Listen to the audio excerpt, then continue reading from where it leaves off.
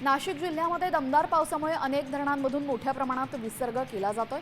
गंगापूर, दारणा, कडवा, पालखेड या प्रमुख धरणांमधून पाणी सोडण्यात आलेले, तसेच नांदूर मधमेश्वर धरणातून जायकवाडीसाठी जवळपास 1,22,000 क्युसेक विसर्ग करण्यात आलाय।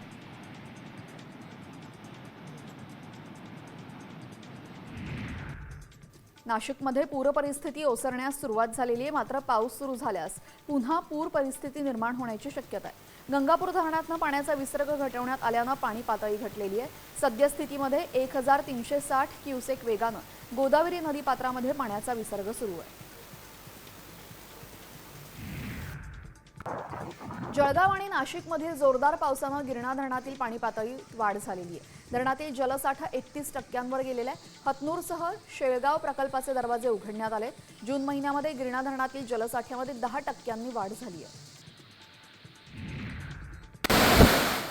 मावळ आणि पिंपरी चिंचवड शहराला पाणी पुरवठा करणाऱ्या पवना कासारसाई धरणामध्ये पाणी पातळीत मोठी वाढ झालेली आहे। पवना धरण 55% तर कासारसाई धरण 100% भरले। या धरणामध्ये 100% भरल्यामुळे मोठ्या प्रमाणात पाण्याचा विसर्ग सुरू आहे, त्यामुळे शेतकऱ्यांना आणि नागरिकांना दिलासा मिळाला। नंदुरबारमध्ये दमदार पाऊस झाला। या पावसामुळे सातपुड्यातील निसर्ग सौंदर्य अधिकच खुललेले आहे। सातपुड्याच्या कुशीमध्ये असलेल्या वाल्हेरी धबधबा सुद्धा पर्यटकांना आकर्षित करतो।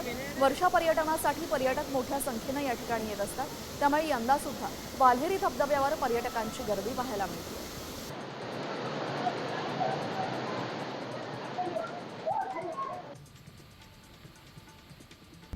आता isakal.com आहे देशातील नंबर 1 ची मराठी न्यूज वेबसाईट। प्रत्येक अपडेटसाठी isakal.com ला नक्की भेट द्या।